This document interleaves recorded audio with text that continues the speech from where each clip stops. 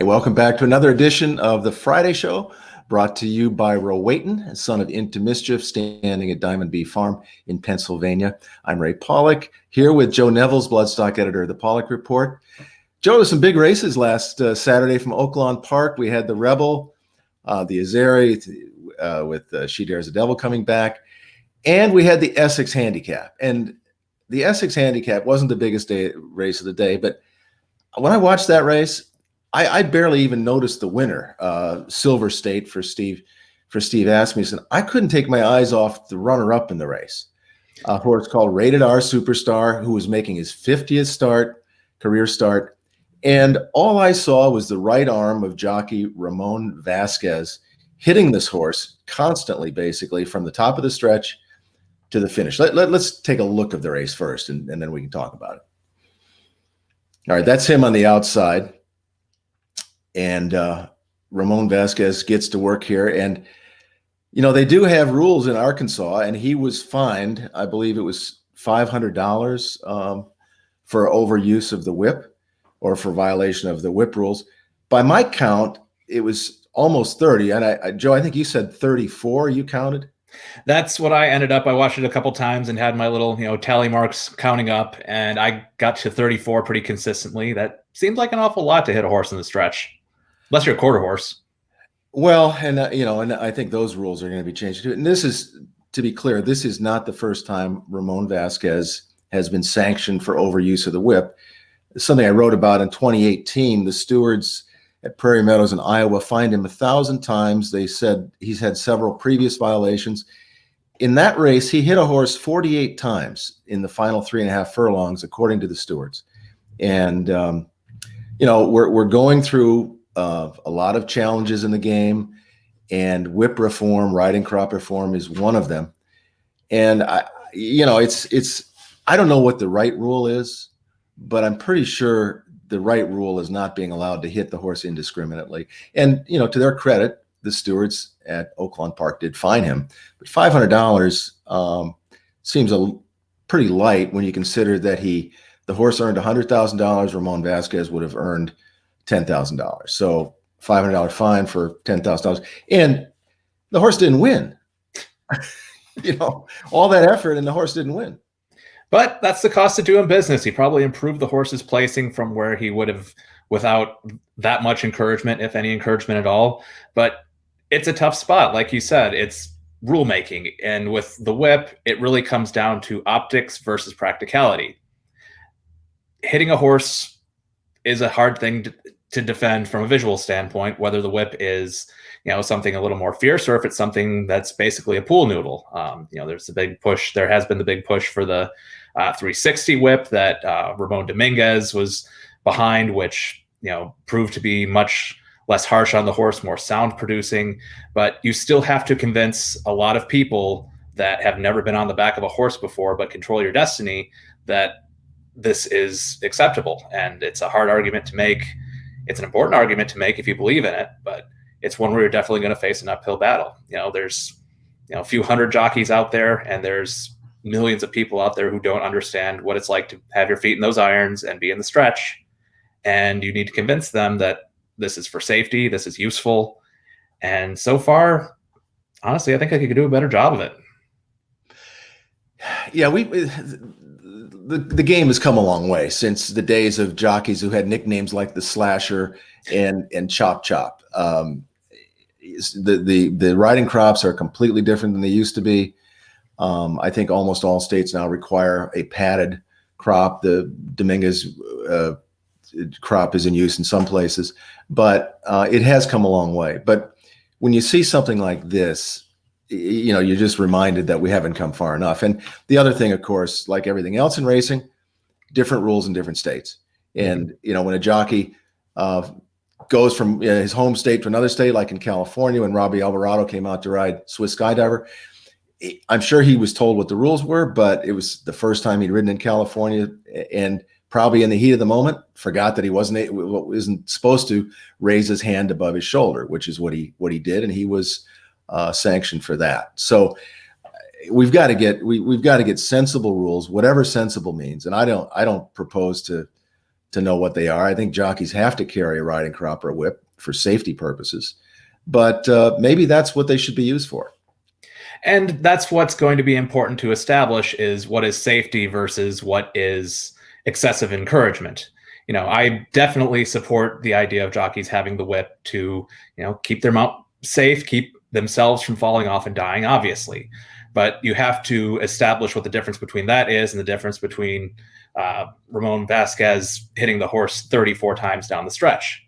There's a difference between those two things, and people might not necessarily be able to tell that difference, so you're going to have to educate them and reach out. This has to go beyond the grandstands of the racetrack. This has to go into the general public to explain to them why this is important, why it's safe, and why we're able to do it here and not necessarily somewhere else on the racetrack.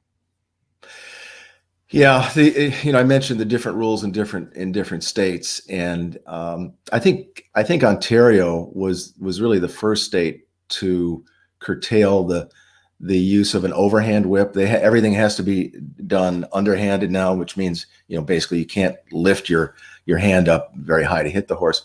And racing there has done fine with that rule. California, I think, adopted the same rule. The jockeys have been slow to adapt to it. Many have complained about it. And next week, the California Horse Racing Board is going to take another run at the penalties for jockeys that violate the rules. They're going to a minimum fine instead of a maximum fine of $1,000. And they're also going to impose, if they approve of it, a rule that a jockey will be fined 50% of his net earnings in graded stakes. That's a lot of money. When you think about the Breeders' Cup Classic, which will be at Del Mar this year, last year the winner's share was just over $4 million. The jockey would have earned $400,000. That would be a $200,000 fine. Yeah, I mean, obviously, still getting $200,000 is a good day at the business, but you're going to have, that's going to be more significant as you get into smaller races, and you need that money to, eat and stuff. But this is how you have to get the message across. If you're going to make a rule like this, you can't have instances where you can just accept a flat fine as the cost of doing business. It has to be something effective. And I'm not saying this as someone who wants to come off as anti-jockey. Obviously that's far from the case. I want them to be safe. I want them to feel good on the back of the horse. I want them to be able to get the most they can out of the horse. But if the rule is going to be established, there needs to be incentive to follow it and disincentive to break it. And the only way you can really do it is through fines and days. And those have to be serious if they want the rule change to actually work. Yeah, I've actually heard from owners who said they're aware of other owners who have said to the jockey, go ahead and break the rule. I'll pay the fine, whatever it is. And that's not a good look either. Tough precedent. Help is on the way. Help is on the way, though, Joe. Is it?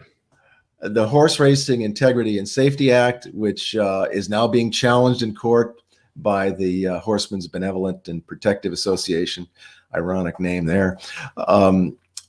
They're saying it's unconstitutional. But part of the HISA, Horse Racing Integrity and Safety Authority, that will govern racing's medication and safety rules, they will include riding crop whip reform on a national basis if it stands up as a constitutional law, which I think it will. But so that's something that I think we have to look forward to over the next couple of years, is actually having national rules, including use of the riding crop. And even if riders don't necessarily agree with it, at least if it is a national uniform rule, it's something that you can't have the excuse of, say, a Robbie Alvarado going to a state for the first time and not understanding, this is different from where I'm usually riding, so I'm going to get fined for something that I didn't even know I was doing wrong. So if a rule is going to be hard to follow, at least it might as well be consistent. So if that's our option for right now, go for it. Yeah, and in the meantime, who knows? California may adopt this rule that is probably going to send some jockeys outside of California. I'm not sure. All right, well, let's listen to what Glenn Brock has to say about his exciting new stallion, Rowayton, who's standing at Diamond B Farms in Pennsylvania. We have a new horse, Rowayton, that we're very excited about. He's an Into Mischief out of an Indian Charlie mare. He was second to Game Winner in the Del Mar Futurity, narrowly beaten, and Game Winner, of course, went on to be the champion 2-year-old that year. He was 2/10 off the track record at Belmont, and just a very, very useful. In that race, he came from off the pace. Other races, he showed speed and was on the lead. I love the influence of the Indian Charlie. Into Mischief is the hottest sire in the country, and he's owned by an organization that's going to support him with not only with mares, but supporting the industry by buying a lot of nice horses, and that's OXO Larry Best. All right. Well, our thanks to Glenn Brock at Diamond B, and to Larry Best, the owner of Rowayton, Larry Best of OXO Equine. Thank you for your sponsorship. All right, Joe, it's time for the Star of the Week.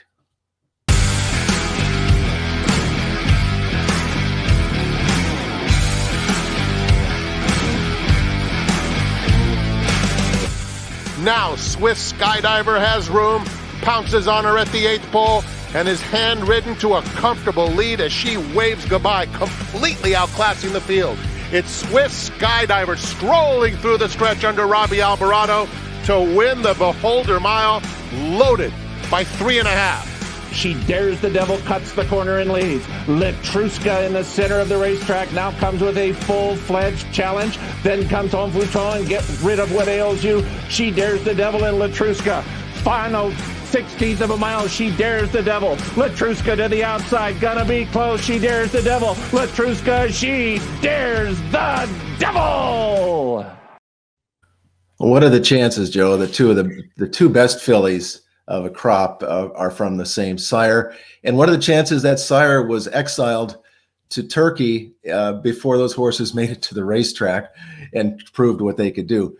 Daredevil is now back in the United States, come back from Turkey to Lane's End Farm. Yeah, and these two horses continuing to succeed is the kind of payoff to a gamble like that you frankly don't often see, that horses still keep performing. It seems like a lot of stallions, they have the exile, their foals run well, they come back and they're fine, but they never quite reach that same level. And obviously Daredevil's foals from returning still have to do what they do, but he's still keeping that stock going with these two fillies, and it's really great to see. They're both really hard trying horses. They're both very honest. It's good stock. Daredevil's doing a fantastic job. And I would think that going to Lane's End Farm, he's going to be well supported with probably better mares, or at least mares that are of the same quality he had from that first book. So I think Daredevil's future seems very bright.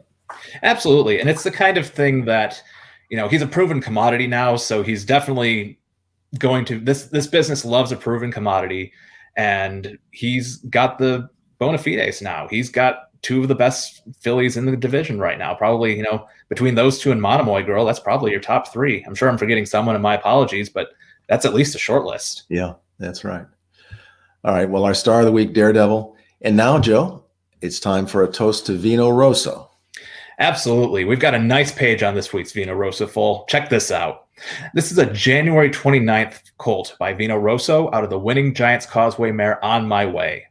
He was bred in Kentucky by the partnership of Manganaro Bloodstock, Aya Pettis Racing, and Jason Taylor Equine. On My Way is a dam of 3 winners from 4 starters, with the most notable of that group being the Grade 3 winner King Zachary. That's a son of Curlin, just like Vino Rosso is a son of Curlin. So if you like that cross, there's plenty to get excited about. This colt is also a half-brother to Happier, who wired a nice optional claiming field at Santa Anita Park last month. There's a lot of upside in this first crop, and this colt certainly has a family under him to be a part of that. And that's our toast to Vino Rosso. All right, thanks so much for that, Joe, and thanks to Spendthrift Farm for their support. That's it for the Friday show this week. We'll see you next week.